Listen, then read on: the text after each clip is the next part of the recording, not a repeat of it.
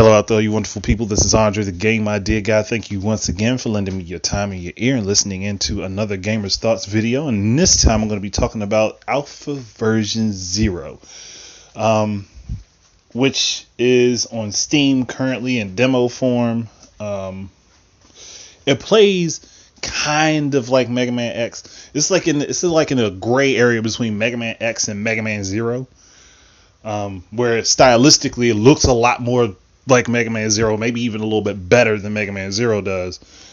But it kind of it's a little bit stiffer in how it plays like Mega Man X is. I mean, it's not bad. It feels pretty good, actually, because it makes your character feel very solid when you play the game. Like, not like you're playing with some flimsy piece of, like, paper mache or something. Oh, gosh. That's really an odd description, I think. But it fits what I'm talking about. So your main character, if you decide to play the classic mode, is the character known as Alpha 0 or Alpha Version.0. I don't know if that's necessarily her name. I'm just gonna call her Alpha 0 because it just sounds better to me. Because you throw in the version there, and it's like, how many versions of her are there? Like, is this just the prototype? That's kind of where I'm wondering. You can play a mode where you could create your own custom robot character. And I don't think that that's fully fleshed out. I think it's just in the concept stages. But there's quite a bit you can actually do with them. You can set them up. You can basically make a male or female character. You have your choice of your armor color and all that, and certain parts. And then you can name your character and play. Like, all of the characters are going to play the same way anyway, because you're still playing in the same basic game. My only real gripe with this so far is that there should be like a dash button. Like, there's no dash button. Like, and it makes it feel slow, especially when you have to repeat a segment because you might have messed up on something and died. Like, and if that segment is kind of long, it will feel like you're slogging. So that I think needs to be done. And even if they don't give you the dash right away, because you do get character upgrade parts anyhow. So if you don't have the dash right away, that's fine. I'm not saying you need to have it immediately, but at some point, I think a dash should be included to speed things along, just like Mega Man X. Maybe not have it be as spammy as Mega Man X or Mega Man 0, where you can just keep pushing the button and speed through a level. Maybe make it so that it's metered, kind of like the shield that the character gets, where she can hold the shield. She holds the shield up, and the shield can take a certain amount of damage blocking. So, like, if you get dash boots, it adds another meter below your health underneath the shield meter, and you can dash for a certain period of time before it burns out, and it needs to it has to have some cooldown time. That would be interesting. Like, there would be people who would find out ways around it, obviously, but I think it will work. Like, so if you dash yourself completely empty, you have a 2-second cooldown time, and then it has to start back, and then it has to build itself back up, but let it build up a lot quicker than the shield energy does. Either way, so that way you don't have to worry about having pickups for weapon energy or shield or dash energy or whatever. Just like those things replenish themselves as needed. For the custom characters, I would like for you to be able to choose your shield, because no matter what you do and change your character's color to, and I found this out playing, the shield is still the same shield that Alpha 0 carries. So being able to change it and to change the color of it would be a nice option. As well as the starting buster that the character starts out with, there should be some options to change what it looks like, and that would affect the progression of how it looks when you upgrade parts. I think that would be nice.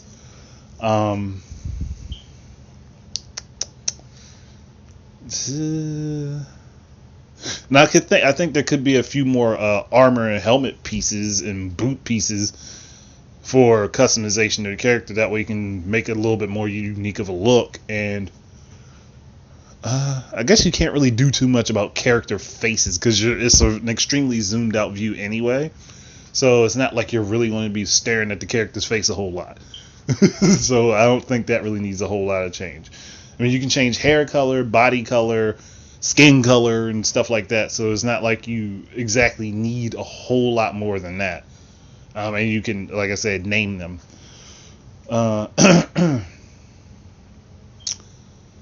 Yeah, I'm thinking. No. I think I've covered most of it. The very first level, which is kind of like in a factory or like some sort of like, well, it does look like it's in a factory. The level changes as you play it. It's got different variations of like areas that you can go through, and I think it's based on how well you're doing, like a challenge progression type thing. And I think that would be cool to add in if that is the case, and it's not just randomly changing to different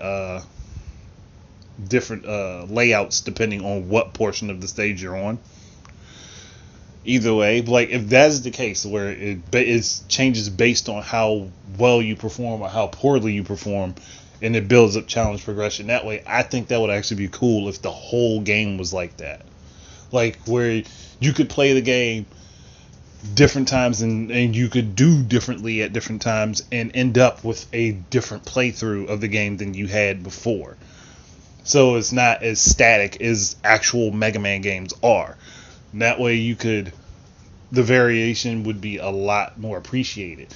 And it would successfully do what Mega Man X6 tried to do, which was the nightmare system, but the nightmare system didn't give enough variation and it made things a lot more frustrating because of enemy placement.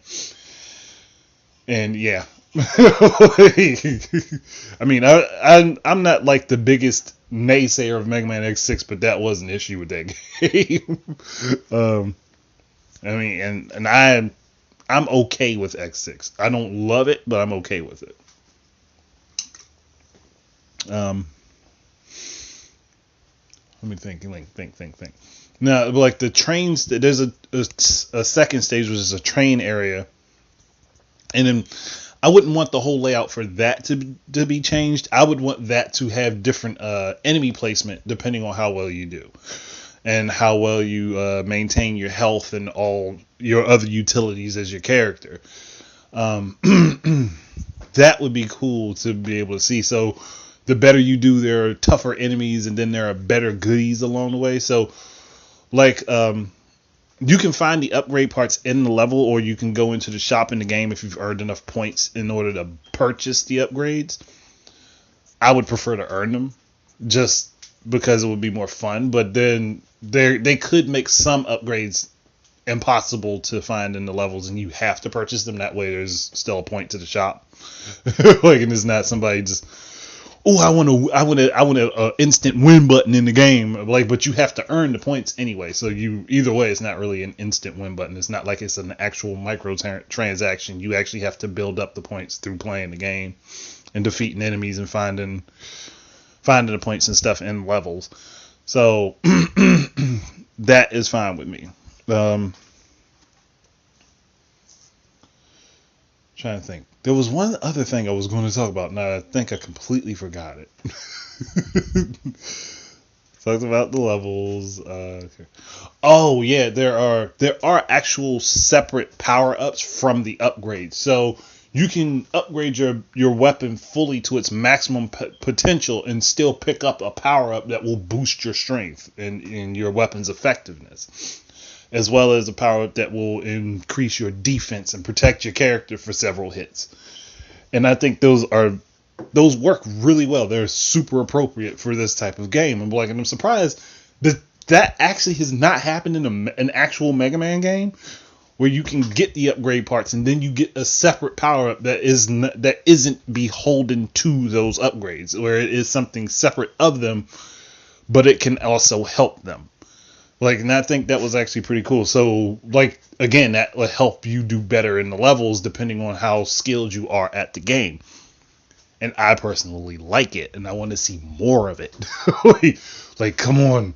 The the team behind this game, if you guys would allow the upgrades, not the upgrades, the power ups to have stages as well, like make it have up to, I wouldn't say give it any more than like maybe 2 or 3 stages of build up.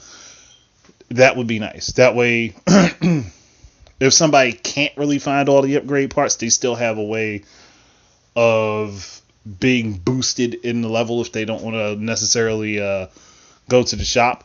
But make it so that if you sustain damage, it just completely wipes out the power up. At least for the buster or whatever weapon you're using at the time, it will completely erase the power up. So you can build it up in stages, but you take that one solid hit, one minor or solid hit, and it just completely wipes out the power of those power ups. That would be interesting to me. I think that works out, and it makes it.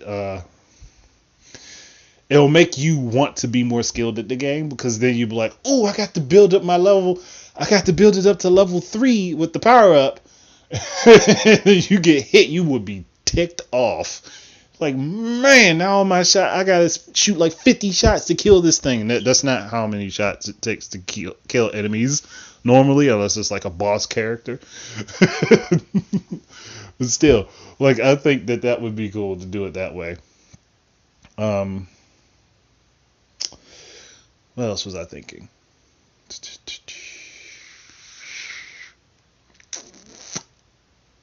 I had a thought. Like, really. Oh, like, maybe this probably is a stretch for this game because of the way it's set up, but maybe a 2-player mode, or maybe like a network mode where people can play online together.